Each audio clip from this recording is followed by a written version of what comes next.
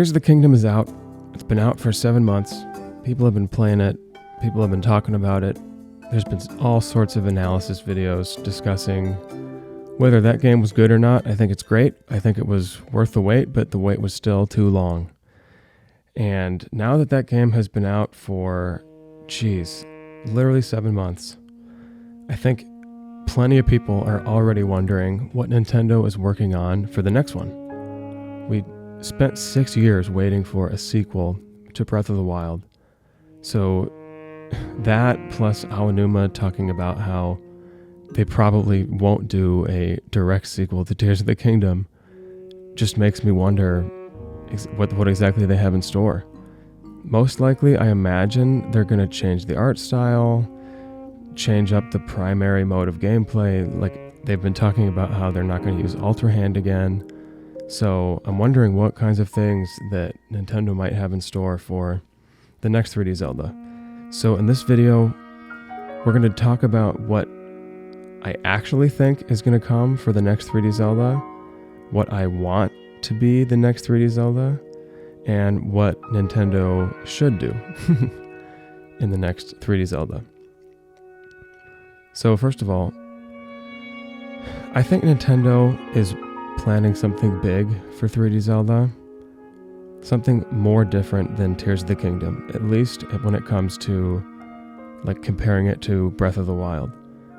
Tears of the Kingdom was really similar in a lot of like basic ways. Like Tears of the Kingdom still had Koroks. It still let you trade those Koroks in for the inventory slots. It still had the same shrine system. It still had 4 dungeons in the 4 corners of the map. I mean, so many things about Tears of the Kingdom were so similar to Breath of the Wild that it almost surprised me that they weren't interested in changing up that structure a bit more. So realistically, I think that Nintendo will change the map because people obviously were already sick of this map in Tears of the Kingdom. And I think that they're going to shake up the number of dungeons. There's been so many people that have talked about how they want traditional Zelda dungeons to come back. And even though Aonuma just put out that quote saying he doesn't understand why people want to go back to a more linear Zelda, I think most likely the team will revisit why they have 4 dungeons in the 4 corners of the map and realize that the next one probably shouldn't be the same kind of, what is now a cut and dry formula of just start in the center, go to the corners. Those are the dungeons. I think that we'll probably have closer to 7 dungeons. I think Nintendo will look at the 4 dungeons and say, and the 5, 5 if you include the Spirit Temple, and Nintendo will say, you know what, let's go back to at least the number of dungeons, even if they're not traditional. And personally, I think it will still be set in Hyrule. I do think it'll be set in Hyrule, but I think it will be a quite different map. I think we're in for a totally new art style. And more likely than not, it'll be something grittier because this past Zelda was the cel-shaded one. And it seems like they sort of flip-flop between something gritty, something cel-shaded, something gritty, something cel-shaded. We started with Ocarina of Time and Majora's Mask being a little more like attempting for realism almost. And then going into Wind Waker, we have this cel-shaded style, which was beautiful and great, but a lot of people didn't love that. So Nintendo tried doing something grittier and people still complained about that. So in a way, I guess no one's ever going to be perfectly happy with whatever they choose. So then they did this more, Easter egg pastel colored look with Skyward Sword and arguably perfected it sort of in Breath of the Wild with the cel-shaded look that game has. But personally, I think that they actually are going to do something a little more gritty, especially because the Switch 2 is going to be so much more powerful. They're going to have so much more ability to, capture like nuanced detail in the environment that some of that cel shading helps to hide with the limitations of the Switch, and Breath of the Wild only running at like 900p. So I think that we are in for something a little more realistic. All right, let's switch over to what I want. I think I'm not alone in saying that I still kind of want that tech demo that Nintendo showed off for Zelda way back in 2011 on the prototype Wii U. Link walked into a version of the Temple of Time, kind of looked like the one from Ocarina of Time, and he's fighting the giant spider boss from Twilight Princess, Armogoma or something like that. Beautiful. That looked awesome. I loved that tech demo. It almost surprises me that Nintendo puts out these tech demos years before they're actually ready to reveal the art style of the real next Zelda, because Nintendo's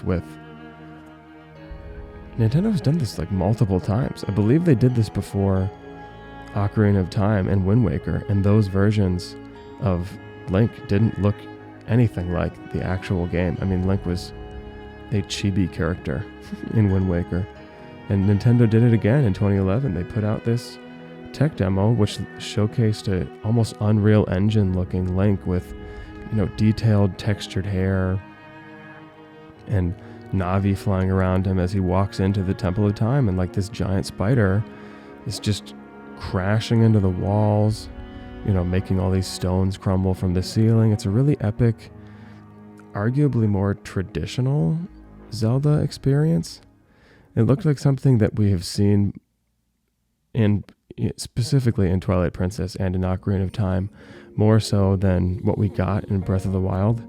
And I love the style we got in Breath of the Wild, but I do think there's a world where Nintendo could pull off the grittier look of Twilight Princess, but maybe in a way that's a bit more polished, like that tech demo. So I really hope that wasn't for nothing. I hope that gets used in the new game. I really hope that this game maintains the paraglider elements and the climbing.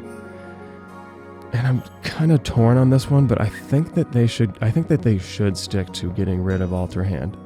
As cool as it was in Tears of the Kingdom, I think that there's some weird aspects of it where like it doesn't feel like it was necessarily made for Zelda. It almost feels like it was something that should be in a new IP. Like Alter Hand should almost be its own type of game, and maybe a multiplayer game at that, where people can like share their vehicle creations and all sorts of other creations with each other, and have an experience where you're running around with your friend who also has Alter Hand. Like, you should be able to build things like together with other people. It's fun in Tears of the Kingdom. It just feels a little bit off. It's not what I expected them to introduce for a sequel to Breath of the Wild, and I think it's something that they could revisit in another franchise. I really hope that they stick to more traditional Zelda items, and hopefully they have some kind of augmentation within the dungeons. I think there's a world where this next Zelda game could still give you a number of main items on whatever the Great Plateau area is. Like, let's say you get the hookshot, and that hookshot now allows you to climb faster up mountains. I think there's still a world where you could use that hookshot in the shrines, because I would love for the shrines to come back. I love the shrines. But then when you find the dungeon, let's say you find a dungeon, one of them requires you to use the hookshot a lot.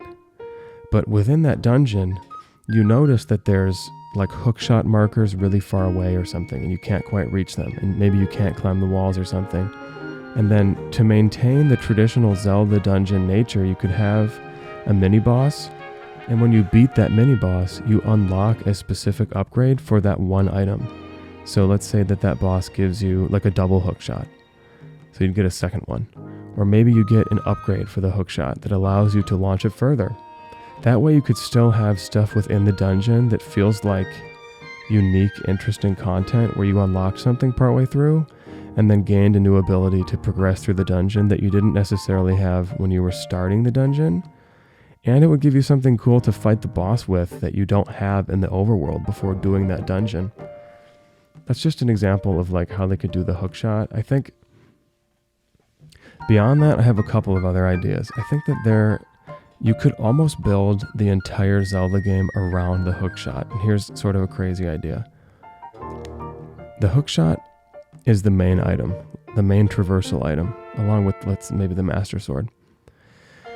And every shrine you enter gives you another chain that you can hook onto that hookshot, such that your hookshot now launches farther every time. So you've done 10 shrines, you have 10 chains that your hookshot can launch with. You've done 30 shrines, you have 30 chains. You have 100 shrines, now you have 100 little chains that launch your hookshot progressively further and further each time. So maybe stamina is still a part of the game somehow, but in this example, the shrines give you these chains and they help you to launch yourself further and further into the air. You could almost mix this with Sky Zelda, where there's islands like really far up, and the more chains you have, like the further you can shoot your hookshot into an island above you, and that can help you sort of pull yourself up higher and higher and higher. And maybe Ganon's castle is so high up that you need to do more shrines to get more and more chains. Maybe some shrines that are harder give you multiple chains, and then bosses and dungeons give you like 10 or 20 chains. So eventually you can have this like unbelievably massive hookshot that just launches so incredibly far that, you know, you're just flying around the map. Not totally sure how you'd mix that with the whole idea of being able to beat the boss from the very start of the game, because that is something that I would want to preserve about the Zeldas. That's a great element that, you know, provides for some really fun speed running. So these are just ideas that I think that would be cool to see in a new 3D Zelda. So the chains could be interesting. The biggest thing I'm hoping for is just a new map. As fun as Tears of the Kingdom was, I think that the reuse of the map from Breath of the Wild just did feel a little disappointing once you get into the game.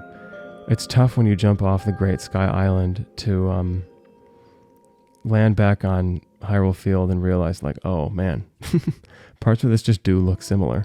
Like, I know that the castle's flying in the sky, but, you know, you can see the Great Plateau, you can see the dueling peaks, and you know, you kind of know what you're getting into if you play the game like you played it in Breath of the Wild, which is tough not to do at first. You start running around the map, you start just jumping off of mountains and paragliding down to different landmarks, and while it's still fun, I think it just feels a little too similar in some areas. And the Sky Islands were just not quite enough to make the whole experience feel as fresh as it did in Breath of the Wild. So for me, having a new map that's just as fun, if not more fun to explore than the one in Breath of the Wild is the most important thing. Because that discovery of new landmarks was critical to the enjoyment of that game. It was just so fun to discover the dragon on the mountain, to find new villages, and to just wonder who was going to be around, you know, every corner. There's always new characters. There's always new, you know, the Molduga. That was an awesome thing to just discover in the desert randomly. So I want more stuff like that, and in a brand new map where you can just explore. On top of that, one thing I missed in both Breath of the Wild and Tears of the Kingdom was the ability to stumble upon a dungeon. I loved this in Link Between Worlds, how when you unlock Lorule, you can enter almost any of those portals that Link has to merge with the wall and then enter the portal, and just stumble upon the dungeons in Lorule. Like, just by your own discovery, you can happen upon them, similar to how you sort of stumble upon the shrines in Breath of the Wild and Tears of the Kingdom. And that feeling was incredible, especially because those dungeons were arguably more designed than the shrines. Obviously, the shrines, I think, are really fun, but the shrines only have one style amongst them, specific to Breath of the Wild and Tears of the Kingdom, while those dungeons in A Link Between Worlds were each unique. I mean, there's only 7 of them in low roll that you can discover this way by happenstance, just by stumbling into them. But that feeling was really unmatched, and that's one thing that I think A Link Between Worlds could be a guide for in future Zeldas.